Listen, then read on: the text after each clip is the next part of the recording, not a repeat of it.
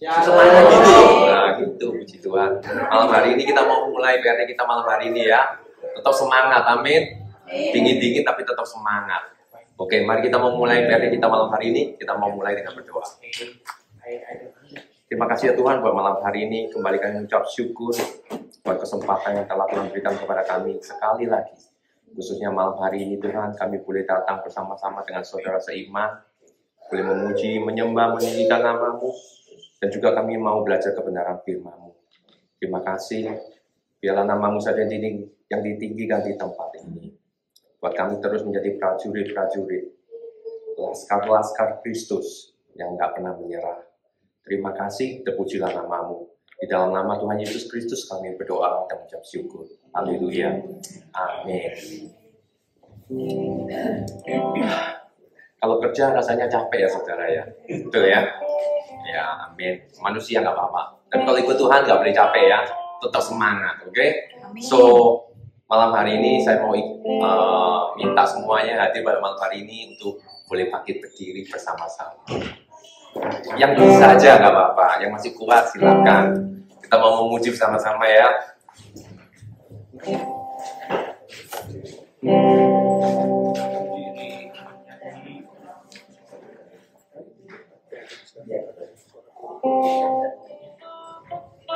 Oke, so kita akan mau mulai PT kita malam hari ini dengan menyanyikan lagu Jangan Lelah Bekerja di Ladangnya Tuhan. Amin. Semuanya bisa kan ya? Semangat, ini lagunya semangat. Kalau nggak semangat saya ulangin terus pokoknya sampai semangat ya. Oke, yuk mari kita sama-sama mau nyanyikan lagi.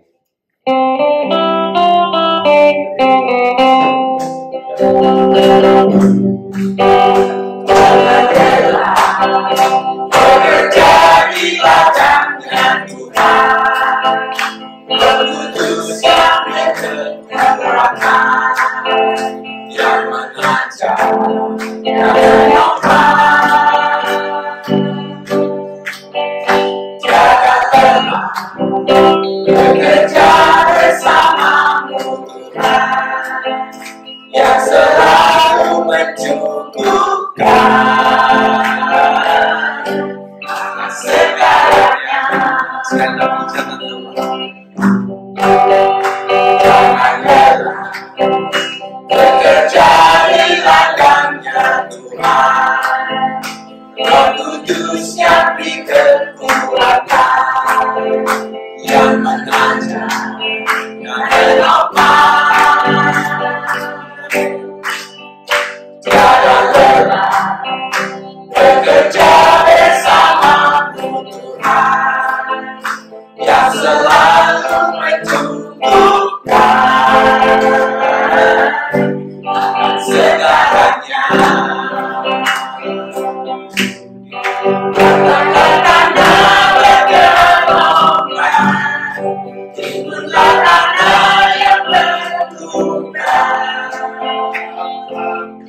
menjadi siap dibangun di atas dasar iman. Kata-kata bergelombang, timbullah tanah yang berguna, menjadi siap dibangun di atas dasar iman. Sama-sama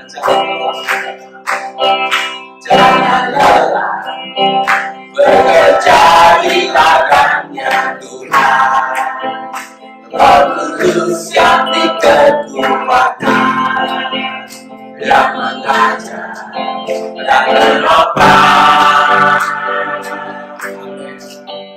Jangan lelah bekerja bersamamu Tuhan, yang selalu mencukupkan akan segalanya. Kata-kata bergelombang, timbullah tanah yang terluka, menjadi siap dibangun di atas dasar iman. Kata-kata bergelombang, timbullah tanah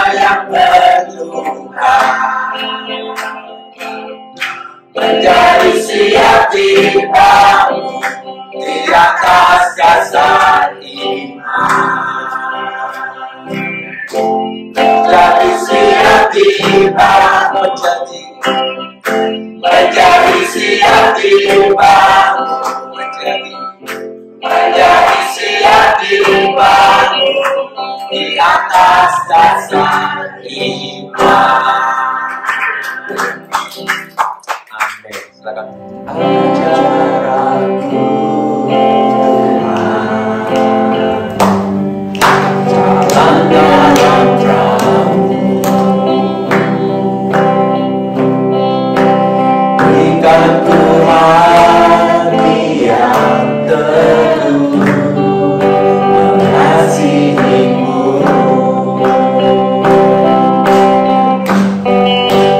Ajar aku Tuhan, jalan dalam terang-Mu, berikan Tuhan yang teguh mengasihi-Mu.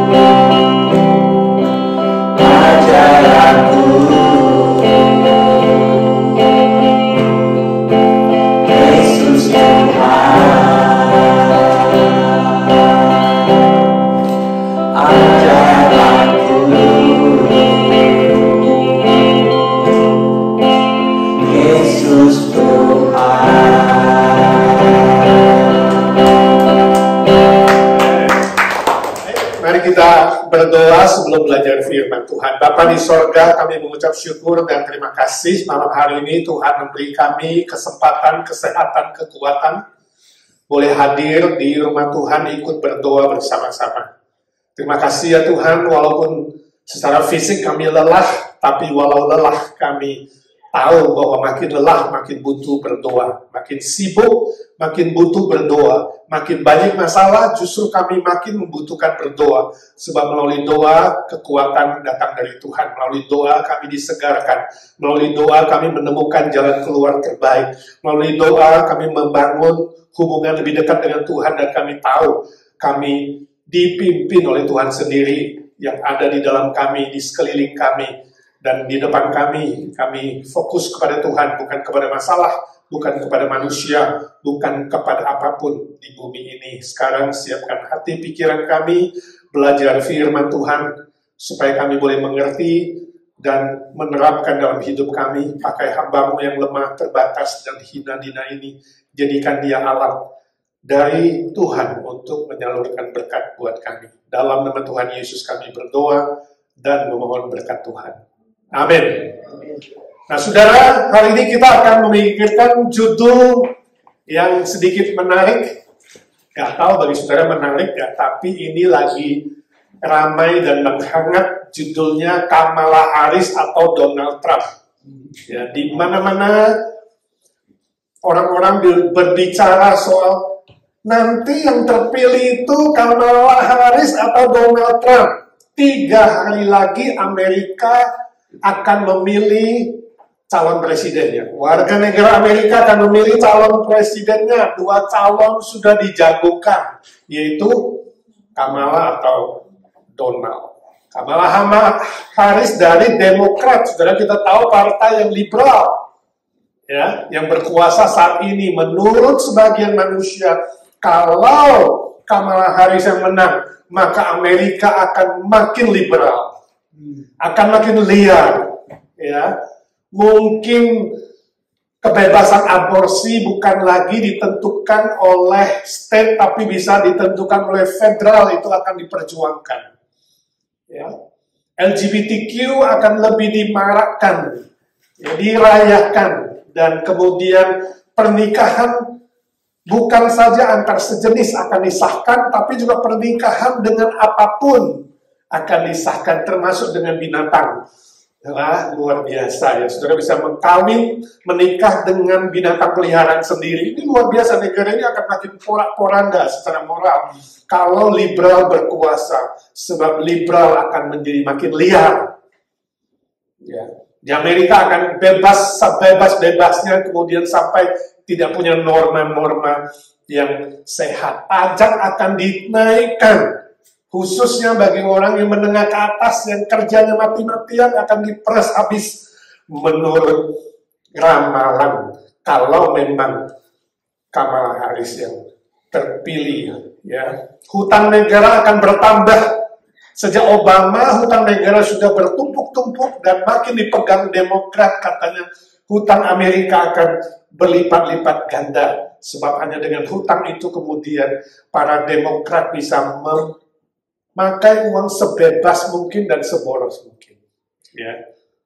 Jadi mereka yang bekerja dengan pemerintah, baik di state, di sekolah, di pemadam kebakaran, polisi, ya, social security, dan lain-lain, mereka senang kalau Demokrat itu terpilih. Sebab apa?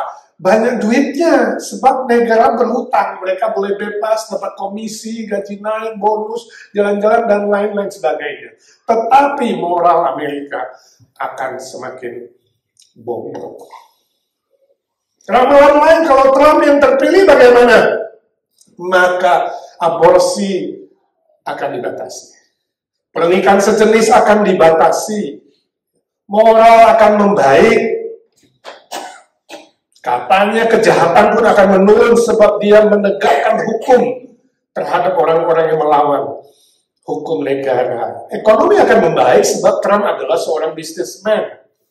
Tapi mungkin ada nepotisme, tetap ada plus dan ada minus. Pajak menurun mungkin sama rata, tidak hanya sebagian saja.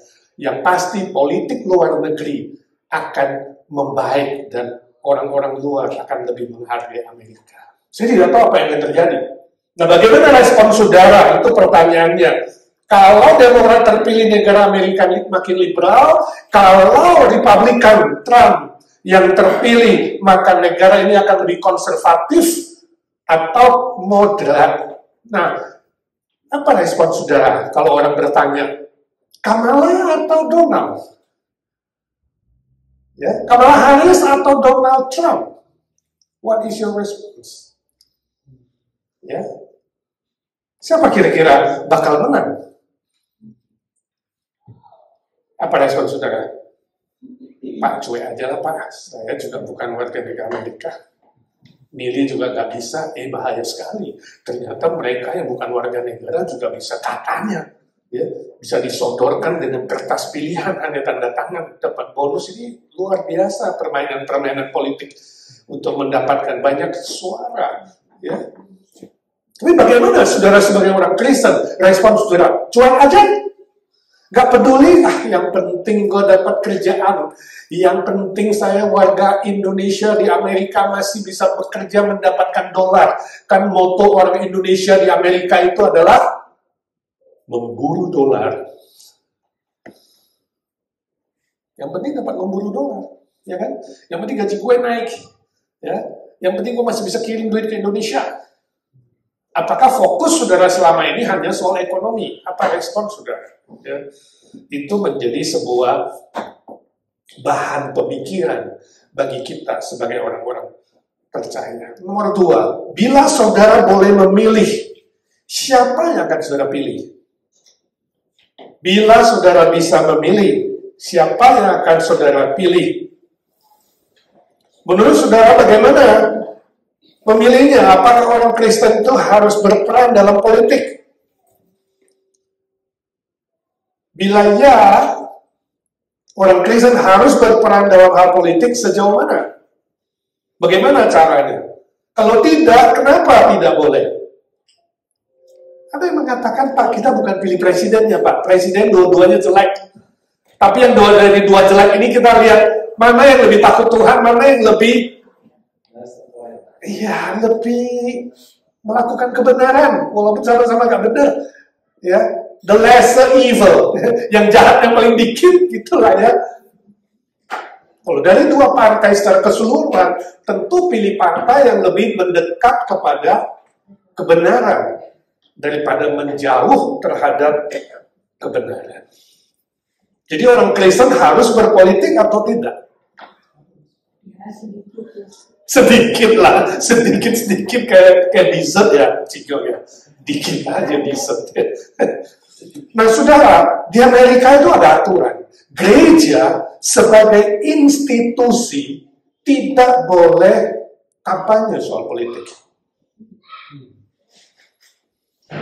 Sebab gereja itu adalah non-profit organization. Semua organisasi non-profit yang disahkan oleh state dan federal seperti gereja tidak boleh memakai mimbarnya untuk promosi salah satu partai politik. Tapi apakah dengan ada aturan itu orang Kristen tidak boleh berpolitik? No. Sebagai warga negara, setiap orang Kristen itu wajib untuk apa? Berpolitik. Dalam arti politik yang sesuai dengan ajaran kebenaran firman Tuhan. Ya, jadi orang Kristen tidak serta-merta kemudian menjadi orang yang cuek, gak peduli, gak mau tahu, melarikan diri dari tanggung jawab politiknya, ya kan? Ataupun golput, ya, golongan putih, ya, tidak ke kiri, tidak ke kanan, no. Tetapi kita dipanggil untuk bisa berperan di dalam negara di mana kita tinggal, untuk bisa membawa pengaruh, membawa dampak yang baik, yang positif, ya. Terlepas dari calon presidennya bagaimana, terlepas dari kelemahan, kekurangan daripada calon-calon yang harus dipilih. Jadi orang Kristen bukan asal pilih atau tidak memilih, tapi harus ikut berperan memilih dengan tepat. Sesuai dengan ajaran firman Tuhan dan sesuai dengan tanggung jawab moralnya. Itu yang menjadi pegangan kita dari diskusi nomor 2. Nomor 3. Bila pemerintah yang berkuasa bertindak sewenang-wenang dan melakukan hal-hal yang melawan kebenaran firman Tuhan, bagaimana seharusnya orang Kristen itu merespon? Semua bagus-bagus responnya. Demo juga bagus dalam arti demo yang benar. Demo itu bukan berarti saudara mikirin anarkis, ya, kemudian bakar-bakar, lalu ngerampok. Bukan, bisa demo yang baik, yang benar, yang sesuai tadi, mirip-mirip petisi, tapi bisa mengarahkan massa. Kalau kita melihat sejarah Alkitab ya, semua nabi-nabi perjanjian lama itu dipakai Tuhan untuk bersuara ketika rajanya tidak benar. Ketika Israel mulai diperintah oleh raja, dan kalau tidak benar, nabi-nabi pasti berbicara. Musa aja mencari Firaun. Nathan menegur si Daud. Semua dipakai oleh Tuhan, semua nabi-nabi. Bukan diam, berbicara kebenaran. Sampai perjanjian baru muncul siapa? Yohanes Pembaptis. Dia menegur Herodes. Walaupun dia dimasukkan penjara, dia tidak takut. Dia menyuarakan kebenaran. Bahkan sampai akhirnya Herodias itu cari cara kemudian mendapatkan kepalanya. Yohanes. Yesus menegur Kayafas, menegur Pilatus. Dia tidak takut-takut. Ya. Dan kemudian kita lihat gereja-gereja tidak takut, tapi berani berkata kebenaran. Kebenaran harus diberitakan walaupun sulit. Tidak kompromi. Siapa mulai kompromi? Konstantin abad keempat bertobat. Salah satu kaisar Romawi. Kemudian menjadikan kekristenan itu adalah agama negara. Itu justru jadi bahaya. Seolah-olah kekristenan berjaya maju. Tetapi gak lama kemudian terjadi apa? Pencampuran. Urusan negara, urusan gereja, ya kan? Masuklah ke kafiran, dan gereja justru tercemar dan masuk ke dalam abad ke-8 terus. Memasuki abad 10-11 itu mulai kacau. Sampai ngertiin Luther abad 16 yang baru kita rayakan 2 hari lalu, yang mengadakan reformasi. Jadi orang Kristen nggak boleh berdiam diri, ya, sangat berbahaya ketika pemerintah sudah tidak benar. Tetapi pemerintah tidak boleh mencampuri urusan iman dan kerohanian. Tadi kita akan belajar apa kata firman Tuhan. Batasan-batasan apa antara pemerintah, antara negara dan warganya dan orang Kristen. Kita akan belajar dari firman Tuhan. Mari kita baca firman Tuhan dari Roma 13 ayat 1 sampai 7. Ayat 1 sampai 7. Roma 13 ayat 1 sampai 7. Membaca bersama-sama 1, 2, 3. Tiap-tiap orang harus takluk kepada pemerintah yang di atasnya. Sebab tidak ada pemerintah yang tidak berasal dari Allah. Dan pemerintah-pemerintah yang ada ditetapkan oleh Allah. Sebab itu, barang siapa melawan pemerintah, ia melawan ketetapan Allah. Dan siapa yang melakukannya akan mendatangkan hukuman atas dirinya. Sebab jika seorang berbuat baik, ia tidak usah takut kepada pemerintah. Hanya jika ia berbuat jahat. Maukah kamu hidup tanpa takut terhadap pemerintah? Perbuatlah apa yang baik, dan kamu akan beroleh pujian daripadanya. Karena pemerintah adalah hamba Allah untuk kebaikanmu. Tetapi jika engkau berbuat jahat, takutlah akan dia. Karena tidak percuma pemerintah menyandang pedang. Pemerintah adalah hamba Allah untuk membalaskan murka Allah atas mereka yang berbuat jahat. Sebab itu perlu kita menaklukkan diri, bukan saja oleh karena kemurkaan Allah, tetapi juga oleh karena suara hati kita. Itulah juga sebabnya, maka kamu membayar pajak. Karena mereka yang mengurus hal itu adalah pelayan-pelayan Allah. Bayarlah kepada semua orang apa yang harus kamu bayar. Pajak kepada orang yang berhak menerima pajak. Cukai kepada orang yang berhak menerima cukai. Rasa takut kepada orang yang berhak menerima rasa takut, dan hormat kepada orang yang berhak menerima hormat. Nah, saudaraku, dari pembacaan firman Tuhan di atas, kita akan belajar beberapa prinsip kebenaran soal hubungan antara pemerintah di dunia ini dan dengan orang Kristen. Pertama, pemerintah adalah hamba Allah. Itu ayat 1 dan 4. Pemerintah adalah hamba atau pelayan Allah. Ayat 1 dan di ayat 4. Istilah ditetapkan oleh Allah, ayat 1, bukan berarti Allah yang pilih atau sudah ditakdirkan. Jadi saudara jangan salah mengerti. Kalau ada pemerintah yang diktator, ada pemerintah yang jahat, ada pemerintah yang melawan kebenaran firman Tuhan, itu bukan dipilih oleh Allah. Ditetapkan oleh Allah tidak berarti Tuhan sudah pilih dari sejak awalnya. Bukan berarti takdir Allah. Bingung nggak saudara? Kok ditetapkan Allah bukan dipilih Allah, maksudnya apa? Sebab prinsip-prinsip takdir akan membuat Allah menjadi kambing hitam dari semua kejahatan. Jadi kalau saudara mengatakan, ini negara diktator nih, pemerintahnya bunuh-bunuhin rakyatnya, ini gara-gara Tuhan, ini sebab Tuhan yang pilih dia sih. Loh, kambing hitamnya siapa? Tuhan. Sebab saudara mengerti itu sudah ditakdirkan oleh Tuhan. Bukan itu maksudnya. Dan saudara akan membuat manusia melarikan diri dari tanggung jawab atas kebebasan mereka. Manusia punya kebebasan untuk memilih, termasuk pilih presidennya. Ya, jadi bukan Tuhan yang memilih, rakyat yang memilih. Kalau negara-negara yang ada pemilunya. Tapi kalau negara yang nggak ada pemilu seperti Korea Utara kan nggak ada pemilunya, betul nggak? Sebab negara komunis dan diktator sudah diturunkan dari kakeknya si Kim Jong Un, ya kan? Nah, apa Tuhan yang pilih si Kim Jong Un, misalnya, ya kan? Atau siapa? Hitler yang berkuasa dulu, misalnya, atau si Putin. Dan segala kesalahannya itu apakah Tuhan yang buat sebab Tuhan yang pilih? Bukan. Saudara tidak boleh mengartikan ditetapkan Allah berarti ditakdirkan Allah atau ditentukan Allah. Bukan.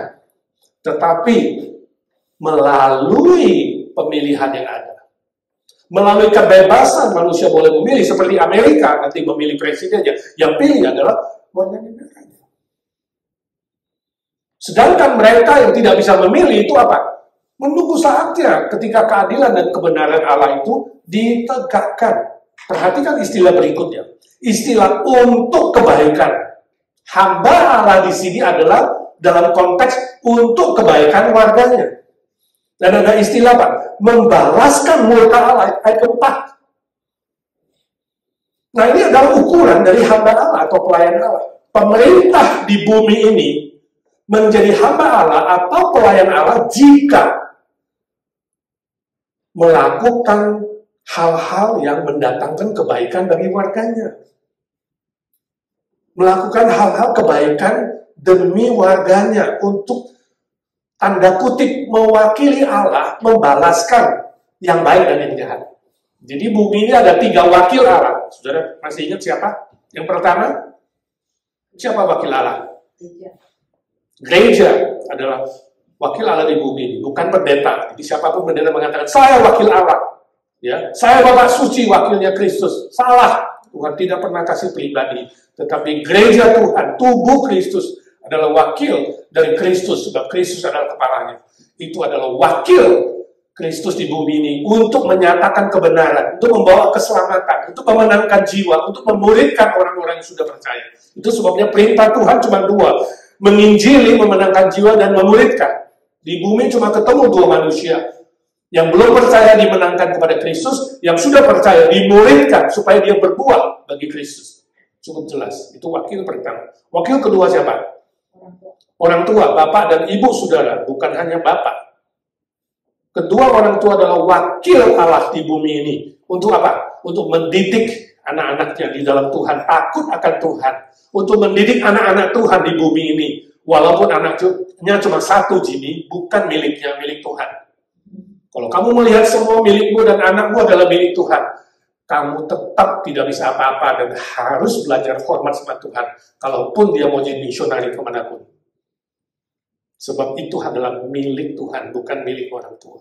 Orang tua hanya wakil, manajer saja untuk mendidik anak Tuhan di bumi. Dan ketiga adalah pemerintah. Pemerintah untuk mewakili Tuhan, menegakkan kebenaran Tuhan, mendatangkan kebaikan kepada warganya. Perhatikan ini, jika pemerintah di bumi ini sudah tidak melakukan kebenaran dan tidak mendatangkan kebaikan bagi warganya, ingat, mereka bukan pelayan Allah dan bukan hamba Allah. Cukup jelas. Jadi ada ukurannya. Hamba Allah dan pelayan Allah itu, wakil Allah di bumi ini ada ukurannya, yaitu apa? Mendatangkan kebaikan, kebenaran, menegakkan keadilan bagi warga. Cukup jelas. Ya. Lalu aplikasinya apa buat kita? Aplikasinya, selama ini saudara peduli pemerintahan yang ada? Atau saudara cuek aja? Bagaimana saudara menilai dan merespon pemerintah yang ada sesuai dengan firman Tuhan? Mulailah berdoa agar pemerintah benar-benar menjalankan fungsi mereka sebagai hamba Allah atau pelayan Allah. Kita perlu banyak berdoa, saudara. Tadi usulan Budina berdoa. Supaya pemerintah itu bertobat kalau tidak melakukan kebenaran Allah. Supaya mereka sungguh-sungguh berfungsi sebagai pelayan Allah, hamba Allah. yang berani menegakkan kebenaran dan keadilan demi kesejahteraan warganya. Ini penting sekali.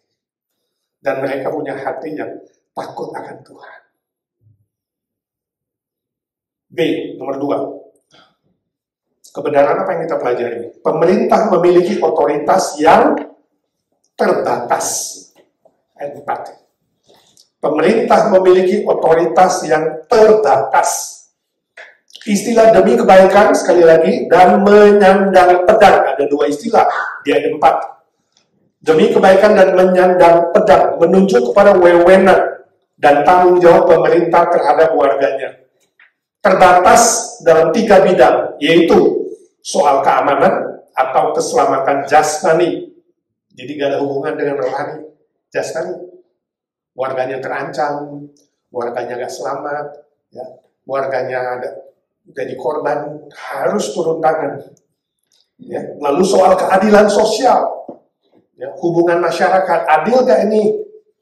Ya, kalau kita mengatakan istilah apa? Pro-choice. Pemerintah katanya mau membela hak wanita untuk memilih.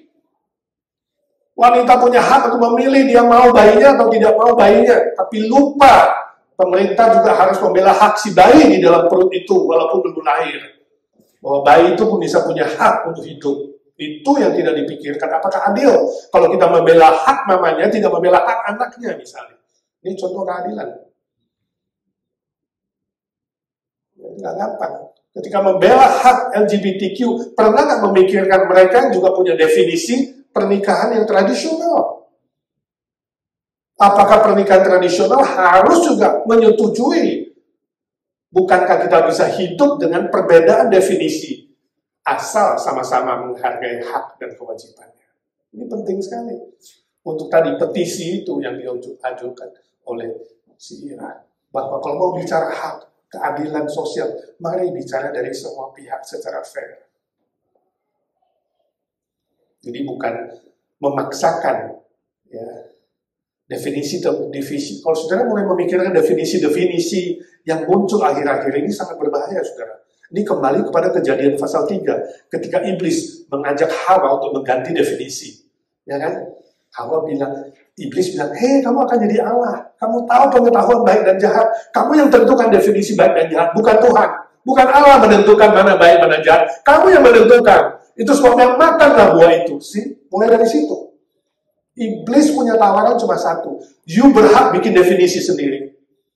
Dan hari ini kita melihat begitu banyak definisi dan istilah. Begitu istilah baru keluar, selalu melawan Allah. Sebab manusia ingin menjadi Allah, menciptakan yang baik dan jahat, tidak mau mengikuti ukuran firman Tuhan. Ini problemnya. Kembali kepada dosa pertama. Hebatnya iblis. Makanya muncul hari ini ada pro-choice. Muncul istilah kemudian membela keadilan sosial, ya, hak kemiskinan. Tapi apa? Melanggar hukum dengan melakukan hal-hal yang melawan hukum negara. Keadilan, ya, ingat. Dan yang ketiga adalah soal kesejahteraan warganya. Apakah memikirkan kesejahteraan warganya secara menyeluruh, tidak diskriminasi? Ini penting sekali, ya kan? Jadi, saudara, untuk itu negara perlu ada hukum-hukum yang baik, benar, dan adil tanpa diskriminasi dalam semua bidang secara horizontal. Horizontal. Urusan pemerintah adalah horizontal. Pemerintah tidak boleh mencampuri urusan iman dan kehidupan rohani warganya, urusan vertikal bukan urusan negara. Pemerintah tidak berhak melarang berdoa di sekolah.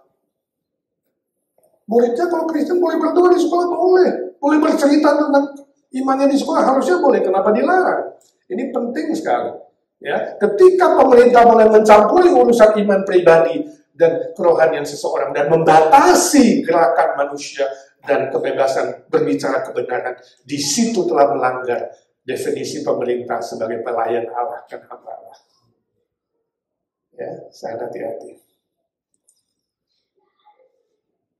Aplikasi. Sejauh mana saudara sudah berperan dalam politik yang mendatangkan kehidupan sosial yang baik, benar, dan adil. Jadi kalau saudara melihat ada hal-hal yang nggak adil, hal-hal yang nggak benar, jangan jadi golput, jangan cuek, jangan diam-diam. Tadi sudah dikatakan, boleh demo yang sehat, boleh petisi, boleh doa, boleh bersuara, mengatakan kebenaran, nggak perlu harus takut. Ya, Tuhan akan bela saudara.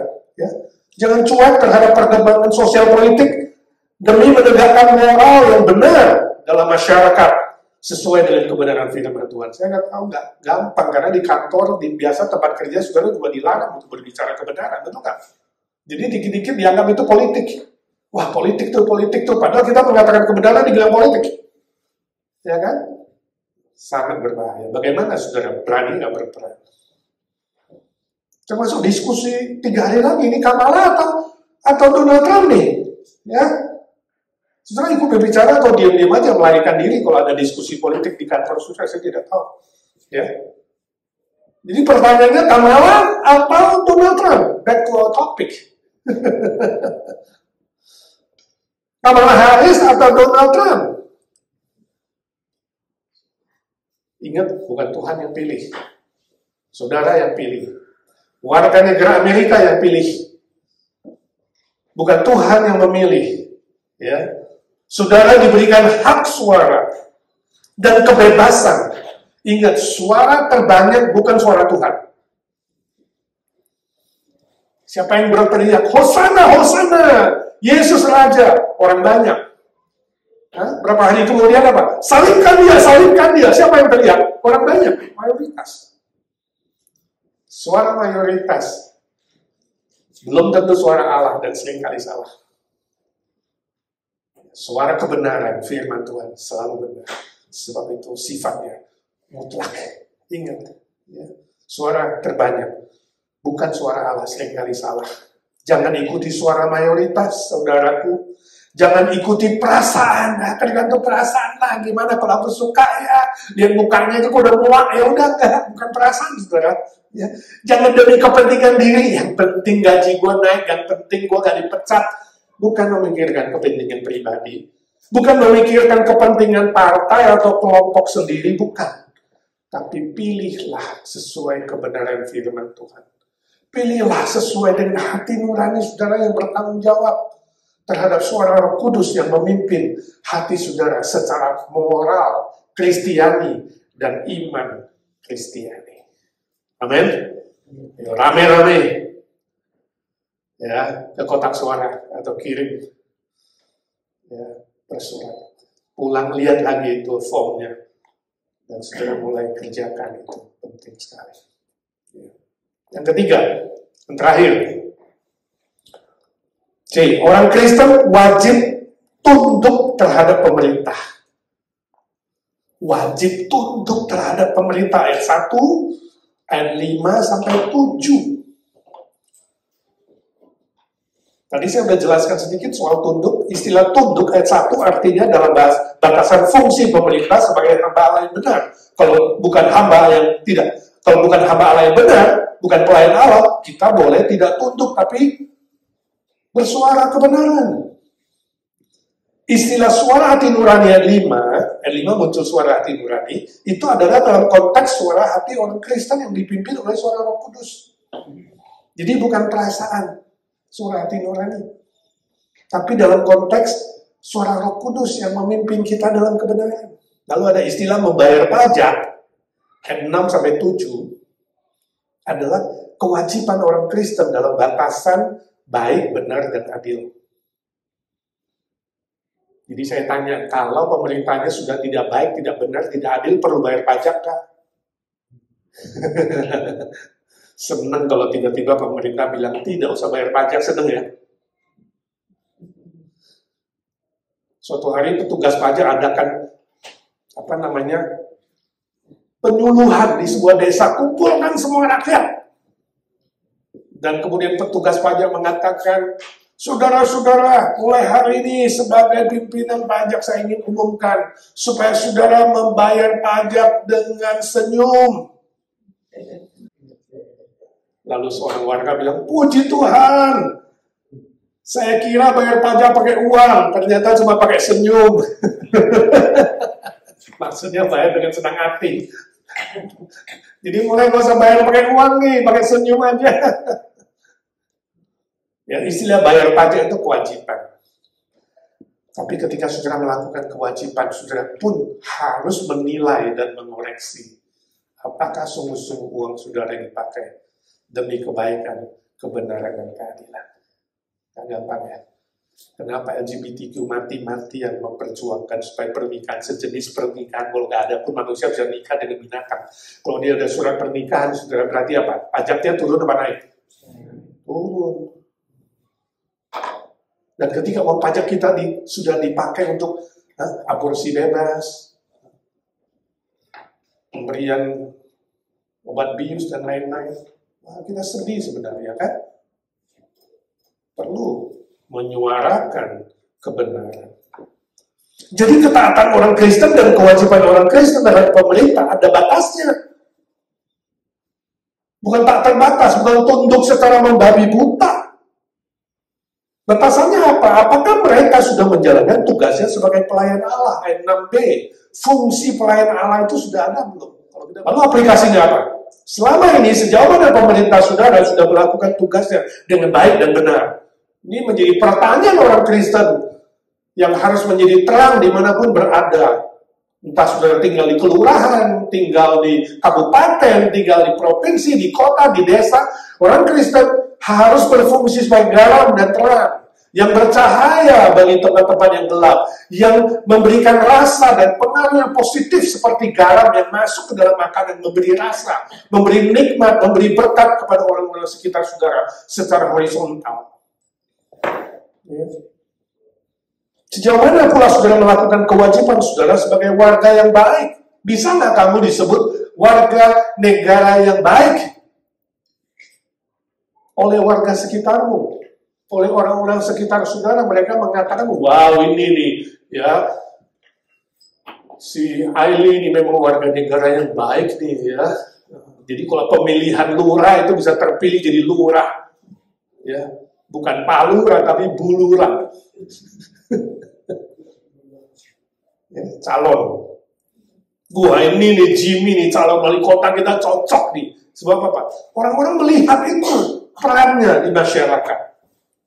Sebab itu, selain berdoa untuk pertobatan pemerintah yang melawan Allah, kita perlu berdoa untuk pemerintah yang melawan Allah, saudara juga perlu berdoa bagi diri sendiri dalam melakukan kewajiban saudara terhadap manusia, karena saudara menghormati Tuhan, mengasihi Tuhan, dan menghargai kebenaran firman Tuhan. Amin. Saya harap saudara semua berperan dalam masyarakat di mana Tuhan tempatkan saudara. Ya, entahkah di RT, di RW, di kelurahan, ya, bukan hanya di gereja, sebagai keluarga rohani, tapi juga di luar sana, di masyarakat sana. Mereka tahu saudara adalah warga negara yang baik, ya, yang berpolitik secara sehat, secara benar, baik, dan adil terhadap siapapun. Ya, tidak takut kepada manusia, sebab saudara takut kepada Tuhan, dan takut kepada firman Tuhan, yang suatu hari akan menghakimi setiap orang percaya dan orang tidak percaya. Amin. Mari kita berdoa. Bapa di surga, kami mengucap syukur dan terima kasih sudah belajar firman-Mu. Ajar kami bukan saja menjadi pendengar-pendengar firman, tapi menjadi pelaku-pelaku firman. Tolonglah kami semua menjadi warga negara yang baik, yang bertanggung jawab di hadapan Tuhan, yang melakukan kebenaran, kebaikan, keadilan, demi firman Tuhan dan demi menjadi berkat bagi masyarakat di mana kami tinggal. Tuhan, pakai kami sebagai garam dan terang yang membawa pengaruh positif kepada orang-orang di sekitar kami. Dalam nama Tuhan Yesus kami berdoa dan memohon berkat Tuhan. Amin. Mari kita lanjutkan dengan doa syafaat. Kita nyanyi sebuah lagu, Allah kuasa melakukan segala perkara. Allah kuasa melakukan segala perkara. Aku Maha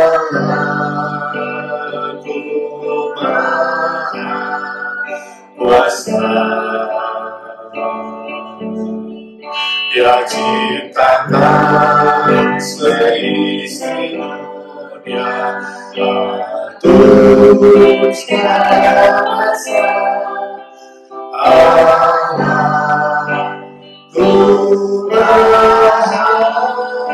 Kuasa. Bapa di surga, Kau Allah yang Maha Kuasa. Kau yang telah menurunkan firman Tuhan bagi kami sebagai ukuran iman, moral, dan kehidupan kami sehari-hari, termasuk kehidupan berpolitik. Hari ini kami mau berdoa ya Tuhan untuk pemilu di Amerika 3 hari lagi. Tuhan, Kau sendiri yang memberkati supaya warga negara Amerika sadar politik, punya rasa takut akan Tuhan. Mereka memakai hak suara mereka, kebebasan mereka untuk memilih sesuai dengan hati nurani yang dipimpin oleh Roh Tuhan. Supaya mereka tahu semuanya demi kebaikan, kesejahteraan warga negara Amerika, ya Tuhan. Kami rindu melihat kebenaran-Mu bisa ditegakkan di negara ini, ya Tuhan. Segala moral yang rusak boleh diperbaiki. Kami rindu melihat kebangunan moral, kebangunan rohani. Tuhan, tolong supaya bayi-bayi yang diaborsi dengan bebas boleh dikurangi. Supaya semua hal-hal yang melawan kebenaran firman Tuhan boleh dikurangi, ya Tuhan. Kau bekerjalah lewat gereja, lewat orang Kristen, lewat orang-orang yang mengasihi Tuhan. Boleh memilih yang benar, yang baik. Di tengah-tengah ketidaksempurnaan kedua calon presiden, ya Tuhan. Kami berdoa untuk platform politik di Amerika, supaya platform yang ada benar-benar sungguh-sungguh memikirkan firman Tuhan, kembali kepada kebenaran-Mu seperti kepada bapak-bapak pencetus, the fathers of this country, ya Tuhan. Kau sendiri yang bekerja. Terima kasih Tuhan, kami juga berdoa ya Tuhan. Engkau sendiri yang memberkati Indonesia dengan kabinet yang baru, kabinet merah putih, di bawah kepemimpinan presiden yang baru dan wakil presiden yang baru. Ya Tuhan, memberkati satu persatu. Juga berikan mereka hati nurani yang lebih sensitif terhadap kebenaran, keadilan, dan kebaikan.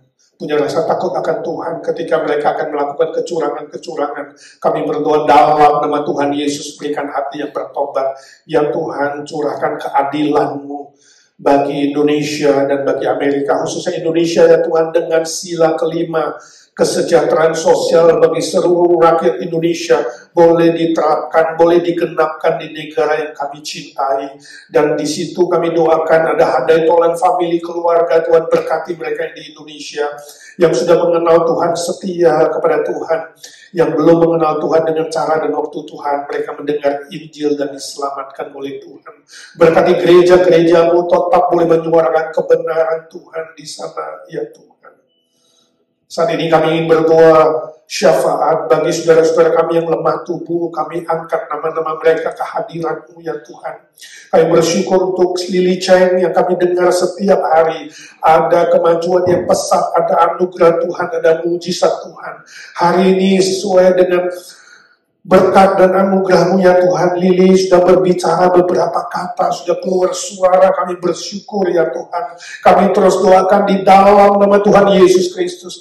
Dalam nama Tuhan Yesus, curahkan mujizat-Mu yang sempurna ya Tuhan. Sehingga suatu hari tidak terlalu lama kami melihat dia boleh bangun, berdiri, berjalan, bersaksi untuk kemuliaan-Mu. Berilah dia dan beri kesempatan ya Tuhan, boleh melayani bersama-sama, memberitakan Injil Tuhan, berbuah bagi kerajaan-Mu. Kami berdoa untuk terapi speech yang sudah approve dan akan dilaksanakan, juga terapi motorik untuk gerakan-gerakannya Tuhan. Kau berkati dan Kau yang jamah. Kami bersyukur untuk Cici ketua dari Ahal Mariana di Jakarta, yang kami dengar sudah sadar dari komanya. Kami bersyukur Tuhan untuk anugerah-Mu. Kami doakan untuk pemulihannya Tuhan. Tumpahkan tangan-Mu oleh bilur-bilur-Mu dan penderitaan-Mu di salib ya Tuhan, yang sudah menebus hutang dosa kami. Saat ini juga menyembuhkan Mariana ya Tuhan. Juga persiapkan Lilia dalam proses persiapan operasi. Dan juga Bu Nina, Tuhan Kau siapkan dia fisik, mental, rohani untuk menghadapi operasi mendatang, dan sembuhkan oleh mujizat-Mu ya Tuhan. Hari dalam proses kemoterapi Tuhan juga jamah dan berkati Tuhan. Curahkan mujizat-Mu bagi saudara-saudara kami satu persatu Tuhan. Arthur Talar, remaja kami yang banyak kemajuan 1 bulan ini Tuhan, sembuhkan dia. Lepaskan dia dari segala sakit penyakit dan pakai dia sebagai hamba-Mu kelak boleh studi Alkitab. Juga adik Charlie, Tuhan sembuhkan oleh kasih dan kuasa-Mu yang ajaib. Baby Noah untuk kesembuhan jantungnya. Tuhan curahkan mujizat-Mu. Curahkan kuasa-Mu. Mujizat terjadi di tempat ini. Curahkanlah kuasa-Mu Tuhan, mujizat terjadi sekarang ini. Ya Tuhan, kami doakan para senior kami, Tuhan berkati satu persatu. Kami bersyukur untuk Om Edi dan Tante Marlina yang sudah hadir di PRT kami, yang sudah bersaksi bagaimana Tuhan mengasihi dan memberkati. Tuhan terus berikan kesehatan, kekuatan, kesetiaan di dalam melayani sebagai prajurit doa. Juga para senior kami, Tante Lucy yang juga setia setiap Jumat. Tuhan pakai terus menjadi alat yang berguna, Pak Amfri dan Ci Silvi. Tuhan pakai senior-senior kami menjadi teladan bagi kami, khususnya Ci Silvi yang lemah kakinya dan pinggangnya dan tubuh-tubuh lemah. Tuhan tahu di mana, Tuhan tahu organ mana. Kami minta dalam nama Tuhan Yesus sembuhkan dia. Kumpul Wardana, berikan dia kesehatan prima, sukacita, kekuatan untuk mengkoordinir Evergreen dan menemani Tante Lena setiap hari. Tuhan berikan anugerah baru, kekuatan baru. Kuatkan Tante Lena, beri nafsu makan, sukacita dari sorga.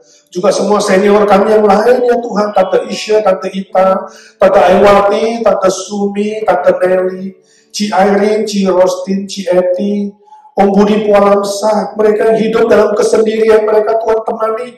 Tuhan sahabat yang baik, Kau sahabat yang baik Tuhan. Tuhan Pak Indra dan Ci Olin dalam liburan mereka, Tuhan lindungi, Tuhan pelihara. Juga mereka yang tidak bersama kami yang di Indonesia dalam pemulihan anaknya Cirita, yang autoimun dan liver, Tuhan jamah dengan kasih setiamu dan anugerah.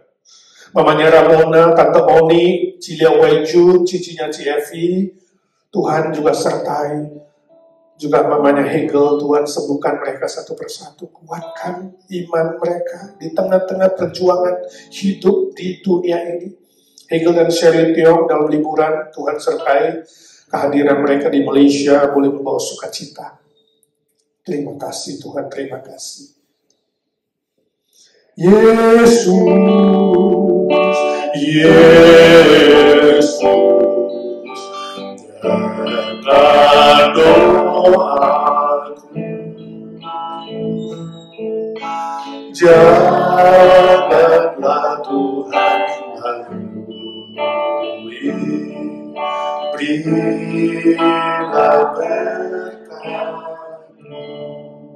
Terima kasih Tuhan untuk IGNC yang Tuhan sudah mulai 18 tahun yang lalu. Kami akan rayakan HUT 2 minggu lagi. Berkati panitia ya Tuhan, Jimmy dan kawan-kawan boleh mempersiapkan dengan sebaik-baiknya. Berikan seluruh panitia kesehatan, kekompakan, sukacita melayani.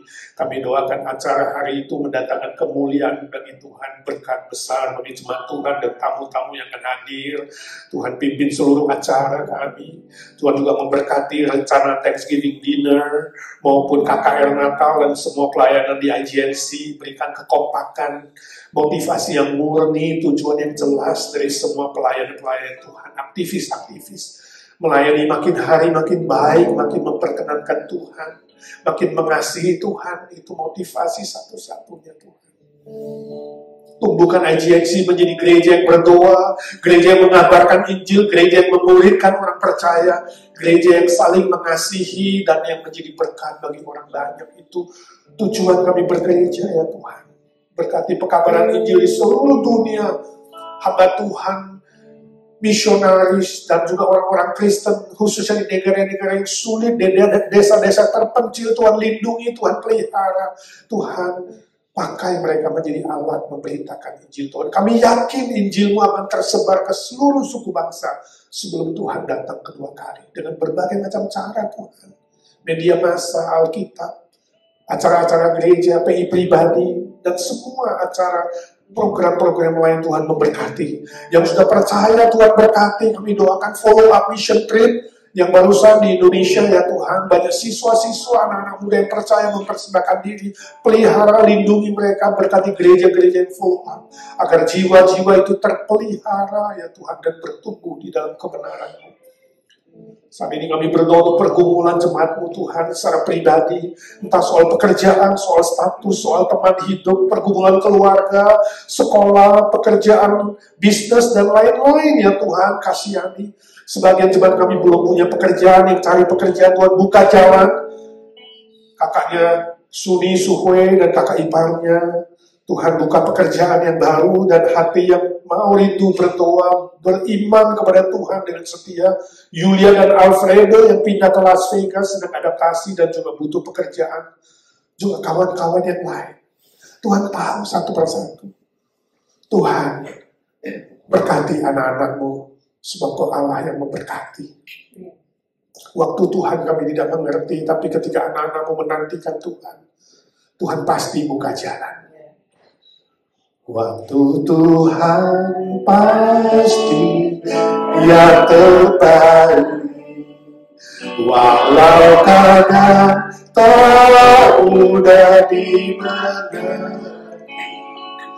Lewati cobaan, ku tetap percaya waktu Tuhan pasti yang terbaik. Waktu Tuhan pasti yang terbaik, walau kadang tak mudah dimengerti. Lewati cobaan, ku tetap percaya waktu Tuhan pasti yang terbaik. Terima kasih Tuhan. Ibadah hari Minggu Tuhan memberkati. Minggu pertama November kami ingin merayakan perjamuan kudus mengingat cinta kasih-Mu. Pimpin anak-anak-Mu satu persatu datang beribadah ya Tuhan. Yang sore bergabung dengan pagi, Tuhan berkati. Terima kasih Tuhan. Biar anak-Mu datang. Anak-anak-Mu datang Tuhan. Untuk beribadah. Untuk mengasihi Tuhan. Sebab Tuhan lebih dulu mengasihi kami. Bapa, terima kasih. Terima kasih Bapa di surga. Bapa, terima kasih. Terima kasih Tuhan Yesus. Bapa di dalam surga, ku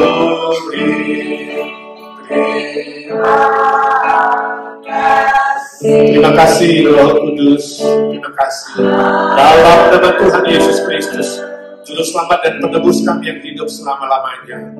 Kami berdoa dan memohon berkat Tuhan. Amin. Saudara, hari Minggu jangan lupa, Minggu pertama kita ibadah jam 11 pagi. Sore bergabung dengan pagi dan kita ada perjamuan kudus. Persiapkan hati saudara menerima perjamuan dari Tuhan. Tuhan memberkati.